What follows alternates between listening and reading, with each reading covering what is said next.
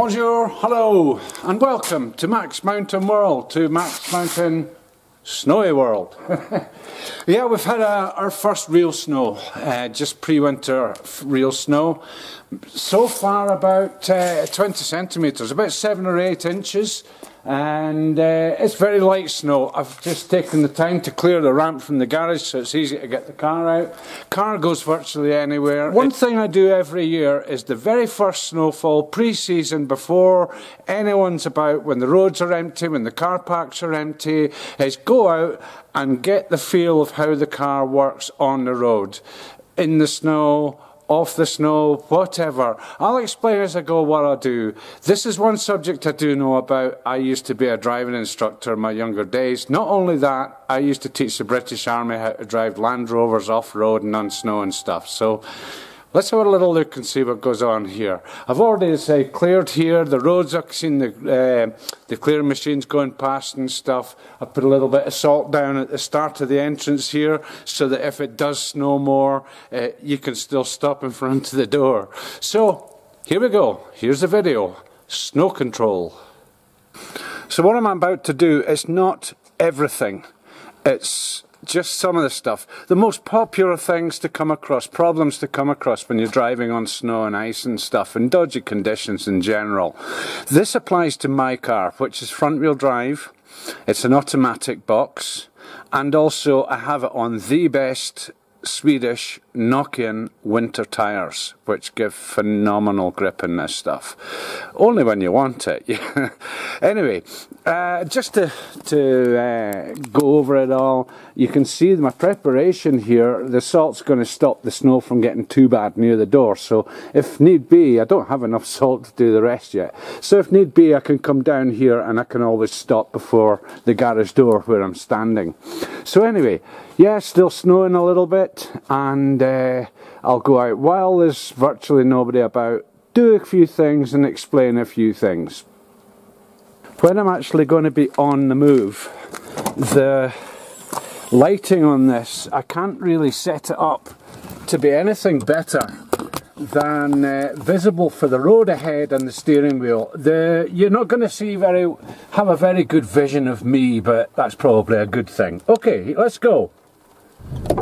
So what I'm going to concentrate on today is steering, throttle, brakes. The three elements that inevitably will get you into trouble, and inevitably, if managed correctly, will get you out of trouble. Now, beautiful, just white. Let's just find out. Don't be scared to skid.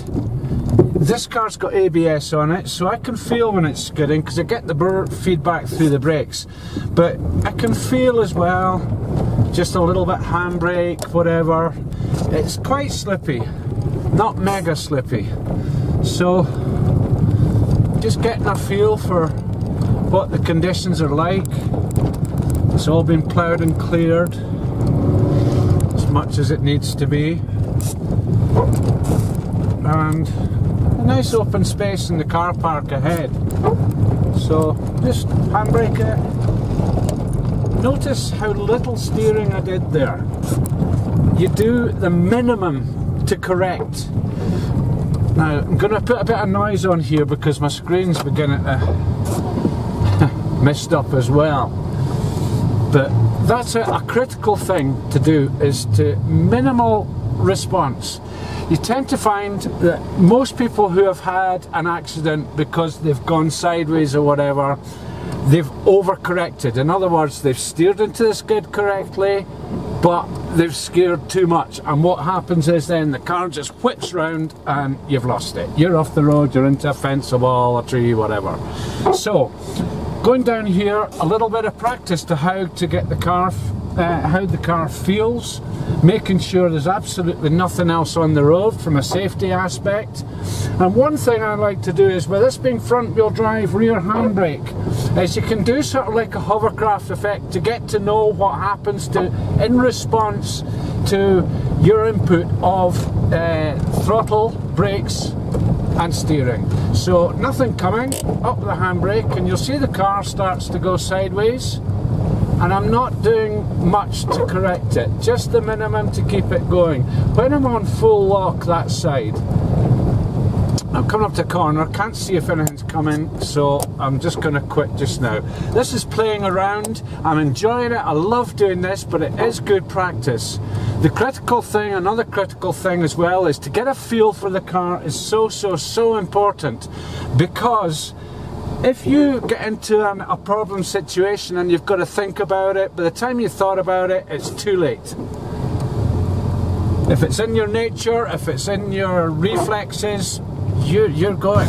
And of course the joy of driving on snow and doing stuff like that is you're doing it at such slow speeds, you really cannot do anything dangerous.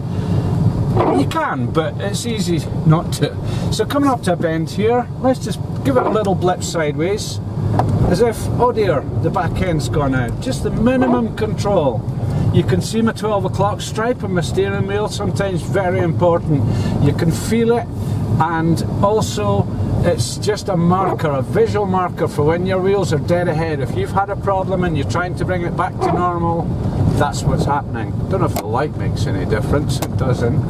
But yeah, just going down here, I've got a car behind me now. All the usual traits of driving, making sure that you're aware of every single vehicle that's about you here. I've got a space where I can let him past here, so I'll just indicate. Keep an eye on him before I actually do pull off. Yes, he's indicating to go past, so therefore, cheers man.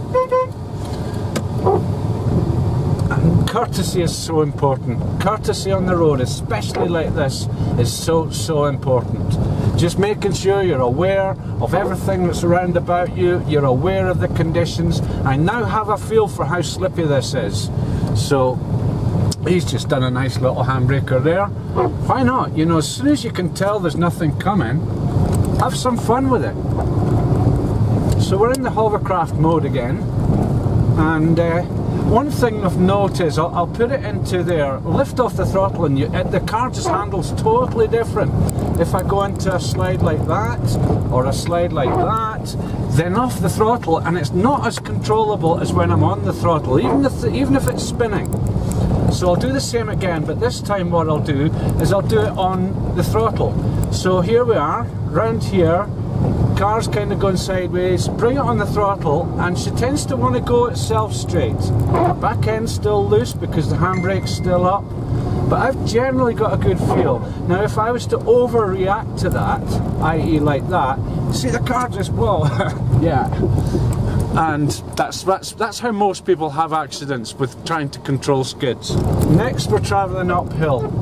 Generally speaking on the snow, when you're going downhill, you want to keep it slow. Control your speed down, because you won't have the opportunity to stop very quickly. Going up the hill, you want to go a bit faster. It gives you the momentum to get through problem areas. It also, you can stop quicker going uphill, obviously.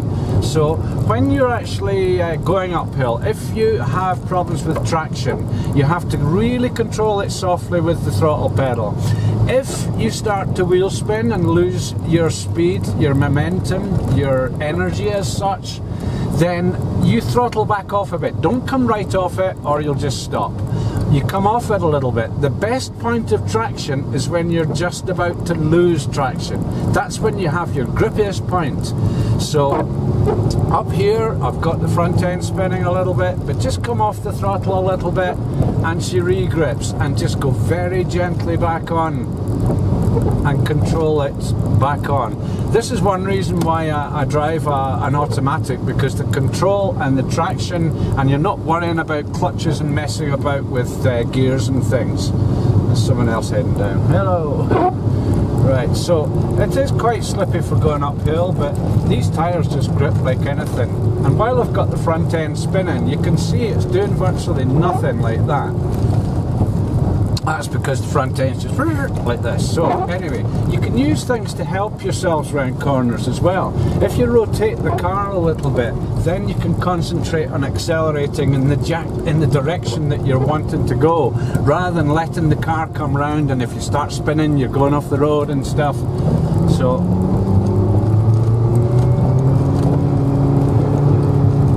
yeah, see, I'm in a spinning away, but come off the throttle a little bit until it grips and then gently back on, and you can see that my grip is quite good now. We're just in a one-way system here, but that doesn't necessarily mean that there's nothing coming. So always aware of other road users. They've cleared this quite wise. I'm heading slightly uphill. I'm coming up to a hairpin bend here, which is a good fun place of mine. I know this bend well. Knowing the road and utilising the roads, your knowledge of the roads is also important. So just coming up here, a hairpin bend, I'm not too sure, just give the car a bit of rotation. And then it's working a lot easier just to gain the traction. That little bit at the tail end of that corner is actually quite steep, so a lot of cars have problems there in the winter. A lot of vehicles aren't equipped up properly. So just coming into the top of the village here, and what I'll do is I'll do a couple of more things explaining what I'm doing. What I've already done is the basics of it. The main message here is you find a spot to go and play around that's safe, that you're not going to hit anything or any other vehicles or cause any trouble or whatever. Don't be afraid to go out and get to know how your car feels on the snow. So we're heading down here, down Main Street, Les-Orres. And yeah, the road's nicely cleared, but there is quite a hard surface on the actual road itself. So let's kind of head off as if we're heading down here. So again, I can use it just to get the car rotated a bit, and I've over rotated because I touched the brakes. What's happening now is just to wheel spin a little bit, keep the handbrake up, and I'll just point the wheels left, give it a bit of wheel spin, handbrake off, and she's back on the straight and narrow. Again, round here, I know there's nothing round here because I've just been here. See how little I actually turned the wheel there, except at the very end I overdid it a bit, but again, I'm still practicing. That's one reason why I'm doing this. So imagine the back end's gone here, the minimum to control it, and we're back on form.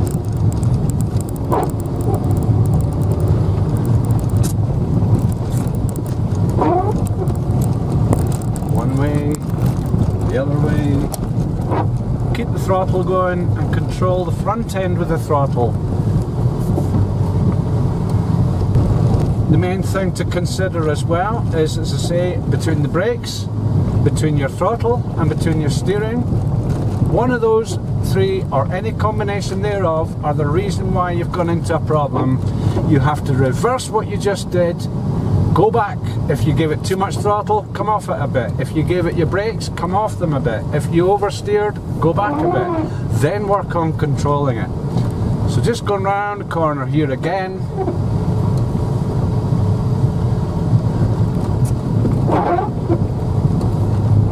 Little straight bit, nothing coming. So let's just get a feel for it.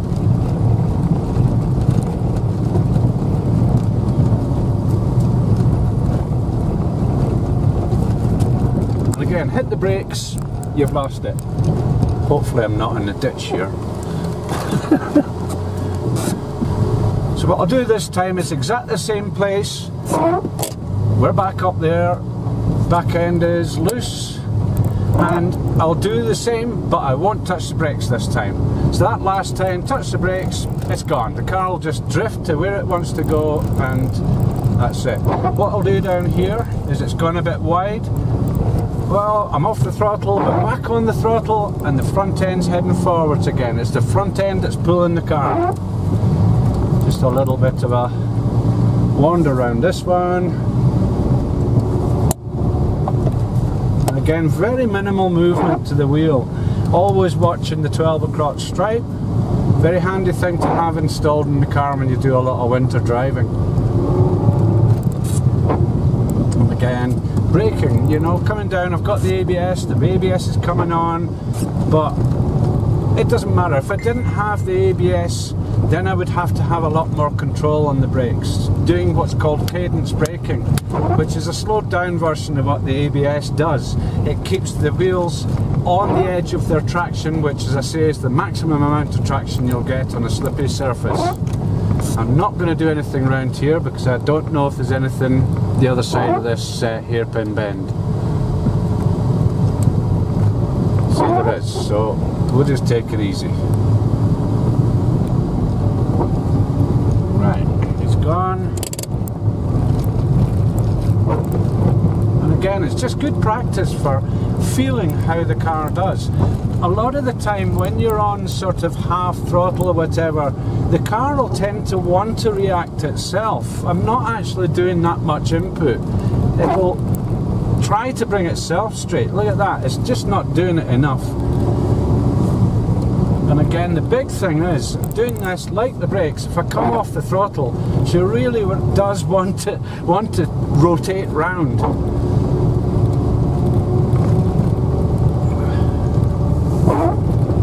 I've got a car behind me here, so I'll have to stop fooling around. The main thing to avoid getting into those situations is to make sure everything you do is as smooth as possible.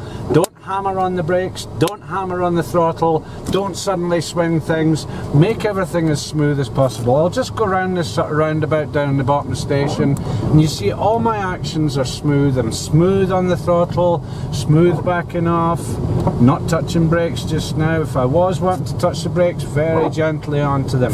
Everything is smooth, and that way you're not going to get into the problems. If you do get into the problems, and you've maybe done what I'm doing here, gotten in a bit of practice, again, it's in your reactions. It's not something, oh shit, I'm sideways, you're gone. If it's in your reactions, if the car goes slightly sideways or whatever, you're just so used to doing it. It's practice makes it well for you. Now, what I've got now is, I've actually disconnected the ABS. I've pulled the fuse. So what I can do now is the same thing, braking. You go into the brakes in a vehicle, one of these old type vehicles that's got no ABS. You're going downhill, you want to stop, you hit the brakes, all of a sudden you've no steering, the car's heading towards something. You go like that on the brakes, you'll stop quickly and you'll have your steering. I'll go up and I'll come back down and demonstrate that as well. Now, turning around. Let's do a little J-turn for a laugh. So, heading back round, back way, the car's got a bit of momentum, steer, boot it, touch of the handbrake, into first gear, and we're off. Quick 180 J-turn. So anyway, going down here, no ABS. If I'm kind of wanting to stop quickly, look at this, I've got no control over the car at all. You can see it's just starting to head into the side there all by itself. Now the other way around it as well is called cadence braking. As I say, you're making the wheel stop, start, stop, start, stop, start. So getting a little bit of speed up for this again. And we're heading down, you can see all where I've been playing already. But again, the same situation like this, but if I do my cadence braking, the car is still stopping and I have control of the steering. Show you that again a bit faster down here. So get up to about 50k. I want to stop quick. Right, so pump, pump, pump, pump, pump, pump, and you can see the car is reacting to my input. That's the only thing you're doing that is not smooth. Like that. Mr. Snowplow ahead of us here, but it's still leaving a very flat, shiny, slippy surface. Just because that guy has been doesn't mean that it's not slippy. Just off the throttle while the front end was going ahead there. Beautiful machines. Absolutely beautiful. Just so controlled.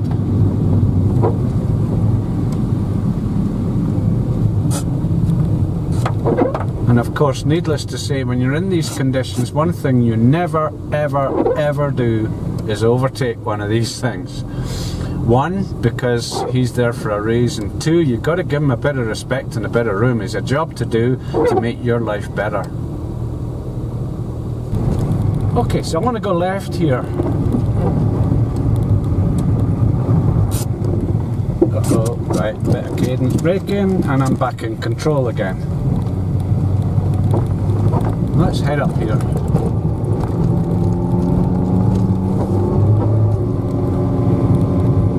Again, going uphill, carry as much momentum as you feel you need to, because you're going uphill, you can stop quickly. That's without the ABS. And again, now it's getting a bit steeper, problem getting going. Throttle off a bit till your traction comes back in, and very gently back on the throttle again. Keep it there. While it's working until you reach something else like a corner or a steeper bit or whatever. So head round this corner. I'll do this in sensible mode, backing off the throttle a bit, lose a bit of speed, keep the momentum up. Notice how smooth all my control is. The steering smooth, the throttle you can't see, but I'll assure you I am just feathering it, A little bit more needed, so just feathering it a little bit more. Don't be in a hurry. Again, whoop, too much.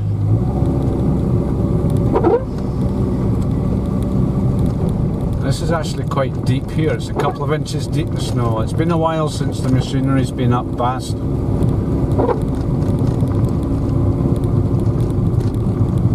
Again, pretty dodgy looking corner. Gently back on the throttle and gently bring it around. Someone's had a bit of a scooter in there. Again, this is getting deeper, therefore it's getting slippier. See that? Again, off the throttle, control the speed, gently back on it again. Someone's not made it, I can see the marks there. Very gently back on the throttle again. A technique, if you cannot make it, is just to allow the car to slow down a bit. Keep it going, but only with a little power.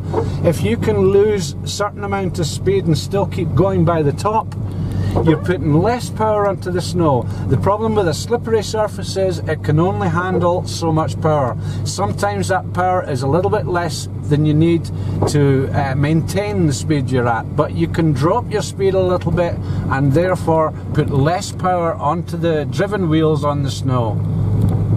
So I'm just doing that here just to let the car fall down to about 5 kilometers an hour, and I made it up the top, no problem.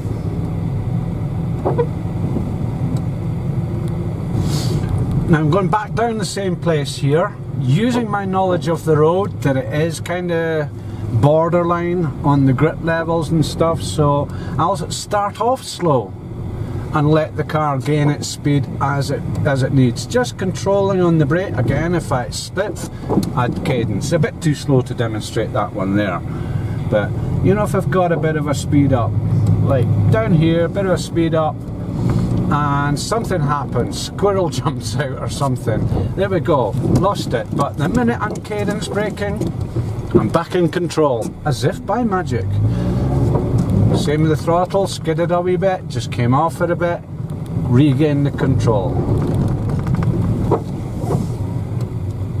Again, I can't see what's going down here. I'm very slow because I'm downhill. My momentum's going to take a lot more to stop if I wanted to. All is clear, I think, so just gently off in the brakes, controlling on the brakes.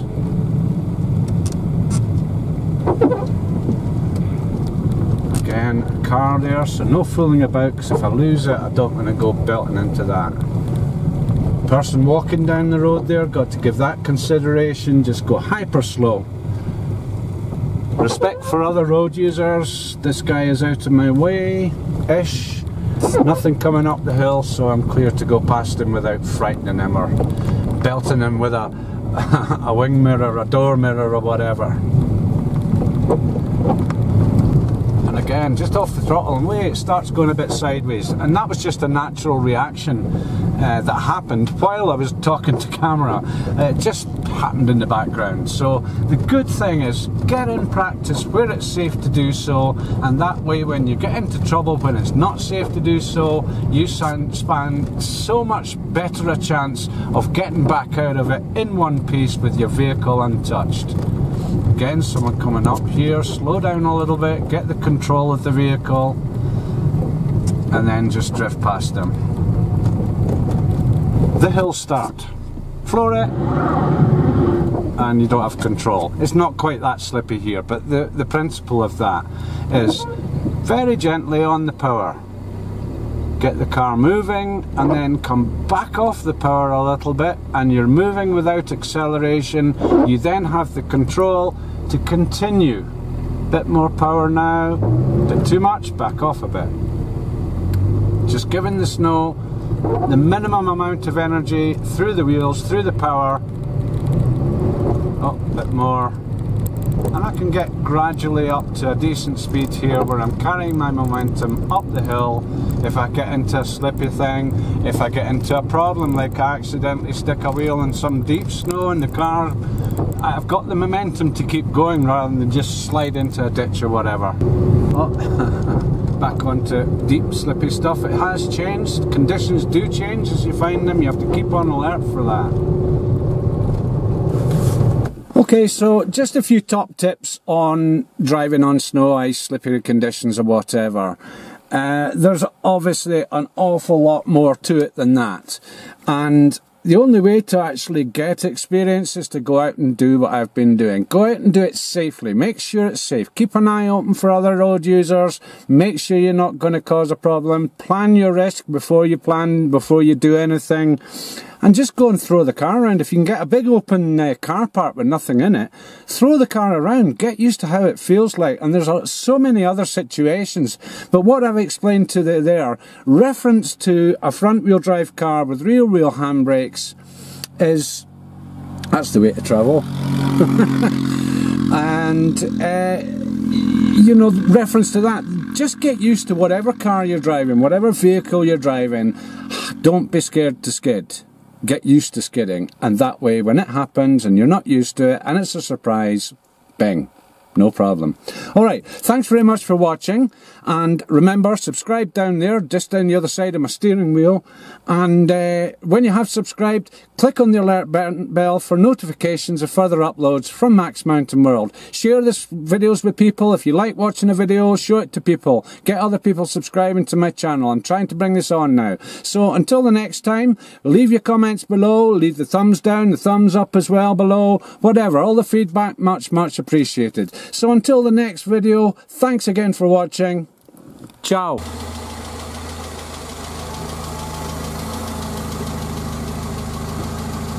Remember, think safe, be safe.